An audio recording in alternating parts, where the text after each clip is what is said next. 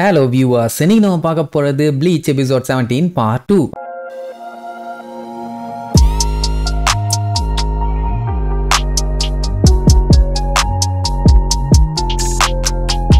Open பண்ணா போன பாட்டுல நம்ம பையன் இச்சுக்கோ ரூக்கியாவை காப்பாத்துறேன்னு சொல்லி பயங்கரமா சண்டையெல்லாம் போட்டான். ஆனா கடைசியில ரூக்கியாவோட அண்ணன் எப்ப பக்கத்துல வந்தான்னு கூட தெரியல. ஆனா வந்து ஒரே போடா போட்டுட்டான்ல. போட்ட போலயே நம்மளால அங்கேயே விழுந்துட்டான். ரத்தம் ஊத்துன்னு ஊத்துது. அவன் ரூக்கியாவை கூப்பிட்டு இவனை பார்த்தா கிட்டத்தட்ட அவன மாதிரி தான் இருக்குது. அதுக்காக எல்லாம் இவனை நீ காப்பாத்த நினைக்காதன்னு சொல்லிட்டு இருக்கும் போது நம்ம இச்சுக்கோ அவன் பாவாடைய புடிச்சு அவன் துணியை புடிச்சு அவன மாதிரி இருக்கேன்னா அவன் என்ன செத்துட்டானா அப்படிங்கிற மாதிரி நம்மளால பேசுறத பார்த்தவன தான் ரூக்கியாவுக்கு கொஞ்சம் நிம்மதியா இருக்கும். பரவாயில்ல பையன் உயிரோட இருக்கான்னு. அவரைக்கு ஷாக்கு. இவ்வளவு வெட்டு வாங்கி இந்த பொடிப்பயலால மூவ் பண்ண முடியுதான்னு. வியாக்குயாவோட துணியை பிடிச்சிருக்கான்ல. அவன் பார்த்துட்டு என்ன தம்பி உனக்கு அந்த கை வேணுமா வேண்டாமா அப்படின்னு பேசினவனே தெரிஞ்சு போச்சு. ஆஹா அடுத்து நம்மால அவன் தலையை வெட்டாம விடமாட்டான்னு. உடனே அடிச்சு புரண்டு வந்து நம்மால கைய ஒரு மிதி. ஏன் இப்படி பண்ணன்னு கேட்டா நீ வெறும் ஒரு மனுஷன் அப்படின்ட்டு வாயில சொல்லுவா. ஆனா மனசுக்குள்ள இவங்க ஃப்ரெண்ட்ஸா எவ்வளவு ஜாலியா இருந்தாங்க அதெல்லாம் உள்ளுக்குள்ள வச்சிருப்பான். ஆனா வெளியில அவன் உயிரை காப்பாத்துறதுக்காக அவங்க அண்ணனுக்கு சப்போர்ட் பண்ண மாதிரி பேசுவா. எவ்வளவு தைரியம் இருந்தா எங்க அண்ணன் பாவாடைய நீ புடிப்ப,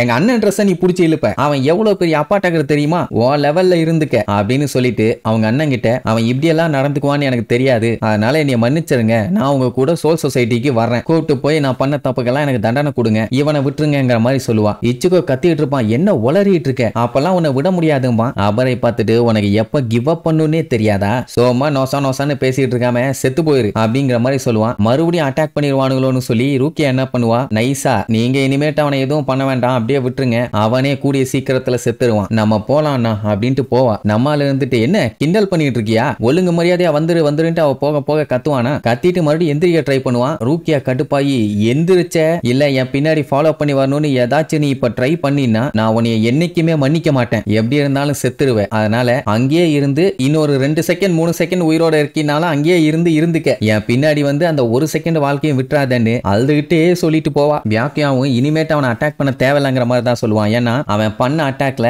அவனோட சோல் செயின் பயங்கரமான டேமேஜ் அண்ட் சோலோட வைட்டல் பார்ட்ல பயங்கரமா அட்டாக் பண்ணியிருக்கான். எப்படி இருந்தாலும் இன்னொரு 1 ஹவர்ல செத்து போயிருவான். அப்படியே அவன் சாகாம உயிரோட வந்துட்டா கூட அவனோட பவர்ஸ் எல்லாம் மொத்தமா போயிடும். அப்படி போயிருச்சுன்னா அவன் ஒரு நார்மல் மனுஷன் தானே. பவர்னா வேற ஒண்ணும் இல்ல, அவனோட சோல் ரீப்பர் பவரும் அவனோட ஸ்பிரிச்சுவல் எனர்ஜியும். அதனால இனிமேட்டு இவனை பத்தி எல்லாம் யோசிக்க தேவையில்லைன்னு சொல்லிட்டு ரெஞ்சிய டோர் ஓபன் பண்ண சொல்லுவான். அவனும் என்னென்னமோ பண்ணி கத்திய சும்மா ஸ்பேஸ்ல விட்டு திருப்புவான். அங்க ஒரு டோர் ஒன்று ஓபன் ஆகும். அப்படியே அந்த வழியா சோல் சொசைட்டிக்கு போயிருவாங்க. இவனை ப்ரொடெக்ட் பண்றதுக்காக தான் ரூக்கியா அப்படி பேசிட்டு போயிருக்கான்னு அவனுக்கு நல்லாவே தெரியுது. என்ன அவளை காப்பாற்ற முடியலன்னு தான் பயங்கரமா ஃபீல் பண்ணுவான். இப்ப என்னன்னா பயலால அசைய கூட முடியல, பாடி செம ஹெவியா இருக்கு, அது மட்டும் இல்லாம வலிக்குது. அப்படியே பேண்ட் கிடப்பான். என்ன தம்பி குளிருதா அப்படின்ட்டு அங்க கிசுக்கே வந்து நின்றுட்டு இருப்பான். இவன் வந்தா எப்படியும் ஏதாச்சும் பண்ணி காப்பாத்திடுவான்னு வைங்க. கட் பண்ணா நம்ம பையன் ஏதோ ஒரு ஸ்பேஸ்ல அப்படியே பேண்ட் கிடக்குறான். அவனுக்கு வலி இல்ல, பாடி அசைக்க கூட முடியல. என்னாச்சு, நான் என்ன செத்துட்டேனா? அது மட்டும் இல்லாம அவன் பாடி பாத்தீங்கன்னா கொஞ்ச நேரத்துக்கு முன்னாடி வரைக்கும் நல்லா கோல்டா இருந்துச்சு, இப்ப பார்த்தா நல்லா வாமா இருக்குதாமா. என்ன ஆச்சுன்ட்டு அப்படியே கண்ணை திறந்து பார்த்தா டெசாய் அவன் மேல படுத்துக்கிட்டு இருப்பான். அவ்வளவுதான் பையன் கதறுவான், ஐயோ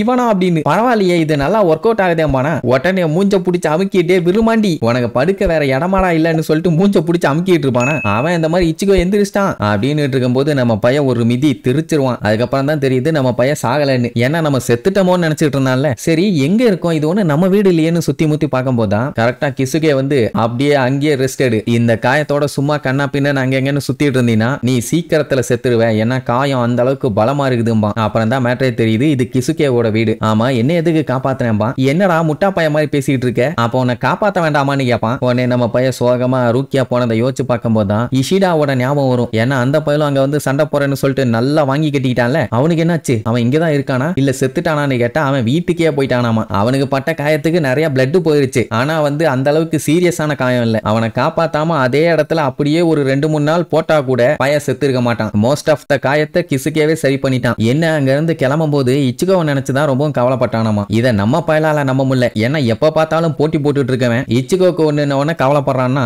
அப்ப 2 பேத்துக்குள்ளயும் ஒரு நல்ல பாண்டிங் வந்துருச்சு. போகும்போது அவனை எப்படியாச்சும் காப்பாத்திருங்க, அந்த 2 பேர்த்த டிஃபீட் பண்ணுனா கண்டிப்பா அது என்னால முடியாது, ரூக்கியாவை காப்பாற்றக்கூடிய ஒரே ஒரு ஆள்னா அது இச்சுகோ மட்டும்தான் அப்படின்னு நம்ம பயலுக்கு சந்தோஷம். பரவாயில்லையே பையன் அப்படி நம்ம கிட்ட இருந்து என்ன எதிர்பார்க்கறான், எப்படி புகழ்ந்து தள்ளி இருக்காமா. ஆனா அதே நேரம் ரூக்கியா சோல் சொசைட்டிக்கு போயிட்டால, இனி இனி இதுக்கப்புறம் எப்படி அவளை ஃபாலோ பண்ணி போய் எப்படி காப்பாத்துறது, கண்டிப்பா என்னால அதை பண்ணவே முடியாதுன்னு கத்திட்டு கிடப்பான். பட் கிசுகேக்கு சோல் சொசைட்டிக்கு எப்படி போகணும்னு தெரியும். இதை சொன்ன உடனே சொல்லுங்க எப்படி போகணும்னு நோண்டுவான். நான் சொல்லுவேன், ஆனா ஒரு கண்டிஷனுமா. என்னன்னு கேட்டா அடுத்த வர்ற 10 நாளைக்கு கிசுகே கிட்ட எப்படி சண்டை போகணும்னு கத்துக்கணுமாமா. அதாவது பயல ட்ரெயின் பண்ண சொல்றான். பட் அதுக்கெல்லாம் டைம் இல்லையே. இங்க இவன் லேட் பண்ணான்னா அங்க ரூக்கியாவை மர்கையா சாலா பண்ணிடுவாங்க. ஐ மீன் போட்டு தள்ளிடுவாங்க அவ பண்ண தப்புக்காக. அதனால சீக்கிரமா சோல் சொசைட்டிக்கு போய் அவளை காப்பாத்தணும்னு கத்துவானா. ஆடா மூலகட்ட முட்டா பயல, உனக்கு இன்னுமாடா புரியல அப்படின்ட்டு ஒரே அமுக்கி நீ இப்ப போனேன்னு வச்சுக்க, ரூக்கியா மட்டும் இல்ல அவ கூட சேர்ந்து நீயே செத்துடுவே. உன்னை அடிச்சு பொழந்துட்டு போனானுங்களே அவனுக்கு கூட இப்ப உன்னால சண்டை போட்டா ஜெயிக்க முடியுமா? நீ மட்டும் நான் சொல்ற மாதிரி பிராக்டிஸ் பண்ணினா அடுத்த 10 நாள்ல அவனுக்கு கூட சண்டை போடுற அளவுக்கு நான் உன்னை ட்ரெயின் பண்ணிடுவேன். இப்ப நீ ரொம்ப வீக்கா இருக்க. இதே நிலைமையில சோல் சொசைட்டிக்கு போனா சங்குதான். ஒரு எனிமியோட இடத்துக்குள்ள போகும்போது வீக்கா போறது சாகிறதுக்கு சமம். நீ ரூக்கியாவை காப்பாத்தணுமா வேண்டாமா? அதனால நான் சொல்ற வார்த்தைக்கு மதிப்பு கொடுத்து அதை கேளு அப்படிங்கிற மாதிரி சொல்லுவான். இல்ல இன்னொரு பிளஸ் பாயிண்ட் என்னன்னா, ஒருத்தங்களை போட்டு தள்ள போறாங்கன்னா